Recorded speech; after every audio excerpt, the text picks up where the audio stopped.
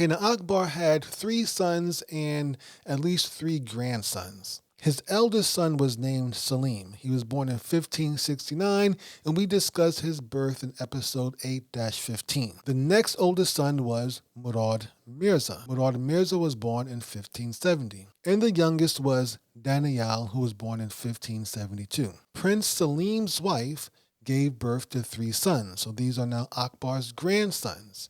There was Khusro, born in 1587, Parvez, born in 1589, and Khurram, born in 1592. Remember these names. Remember these names, because we're going to have a lot to say about Khusro and Khurram coming up later in this series, inshallah. The relationship between Akbar and his sons was strained, to say the least. Akbar had primarily lived in Lahore since he conquered Kashmir back in 1586. His sons, however, who would have been teenagers in 1586, remained in Agra. Akbar moved back to Agra in 1599 so he could manage the campaign in the Deccan, which had begun in the early 1590s. So by this time, 13 years had passed, and the sons that were teenagers were now adult men, and Akbar was disappointed in all 3 of them. All 3 of his sons were alcoholics. In fact, his second oldest son, Murad Mirza, wound up dying of alcohol poisoning in that same year in 1599. His 2 other sons, Daniel and Saleem, they didn't trust each other.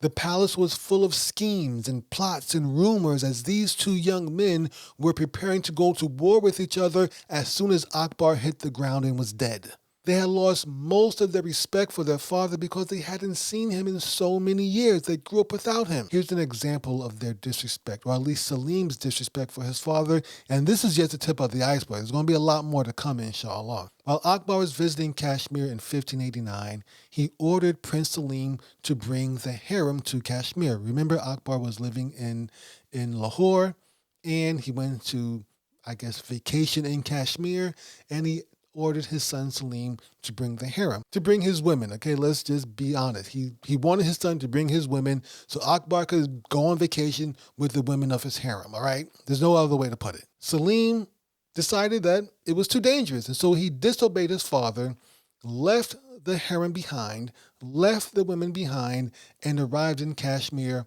by himself with no women. This was not fun for Akbar, who wants to spend all this time on vacation with no women. So he had to go all the way back to Lahore.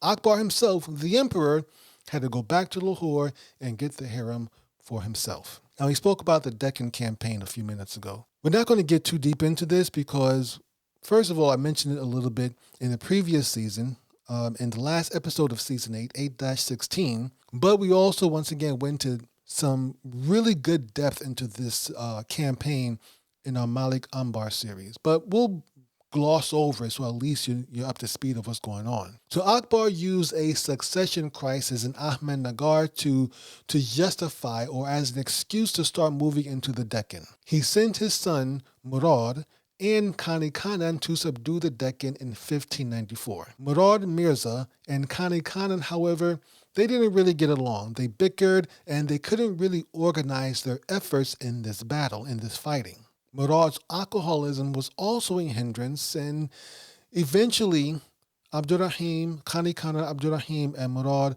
Mirza wound up striking a very unsatisfactory peace deal with the Ahmednagar Sultanate.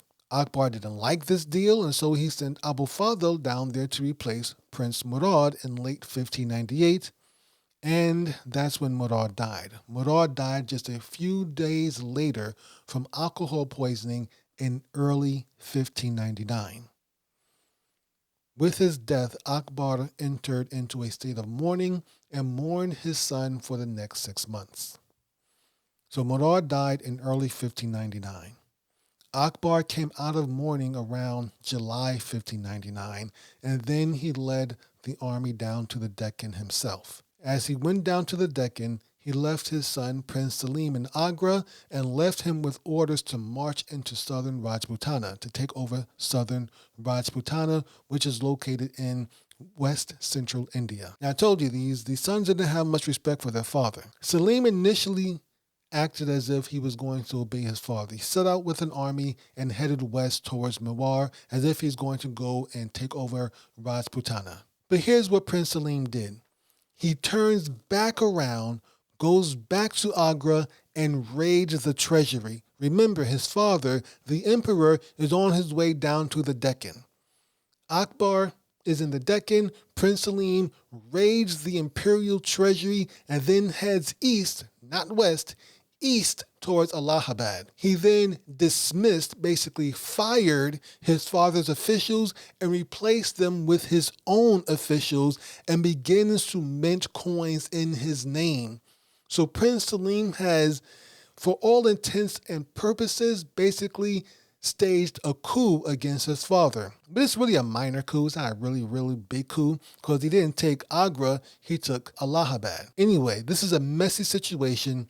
Akbar is stuck in the Deccan, and quite frankly, he isn't doing too well down there either. And even though he had some successes down in the Deccan, he was not able to pacify all of the Deccan sultanates. And again, we discussed this in much more depth in the Malik Ambar series. We're going to come back to Saleem and Akbar, inshallah, in the next episode. But for right now, I want to shift gears just a little bit and talk about the East India Company.